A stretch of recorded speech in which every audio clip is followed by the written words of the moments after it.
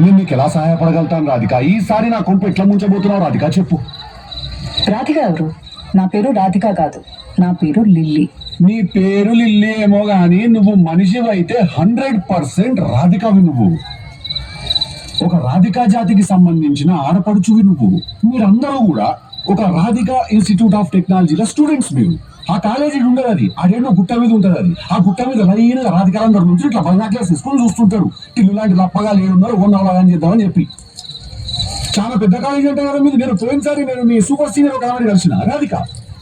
చాలా బాగా ర్యాగింగ్ చేసింది నన్ను, చాలా ఎంజాయ్ చేసింది. నేను ఇప్పటికీ మాట్లాడుకుంటున్నాను దాని గురించి. టిల్లు గారు ఉన్నన్ని రోజులు రాధిక ఉంటది. ఒక లైలా మజ్ను, ఒక రోమియో జూలియట్, ఒక టిల్లు రాధిక. దాంట్లో ఇద్దరు చచ్చిపోతారు. ఈడ నేను ఒక్కడే సంక నాకు. చెప్పు రాధిక, ఏం కావాలి నీకు?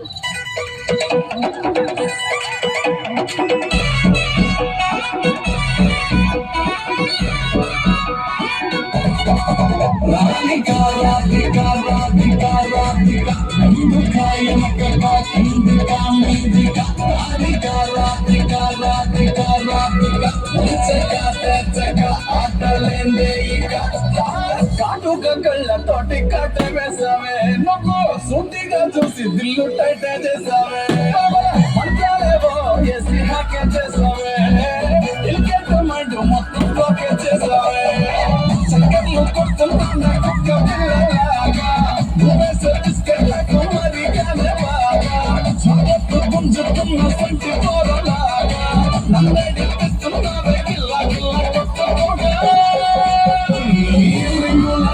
చూసి పాడిపోయానే, ఒంగోల మాటలిని పాడిపోయానే, రంగుల కుంగు తాకి పాడిపోయానే, గాలి సోకితేనే చచ్చిపోయానే.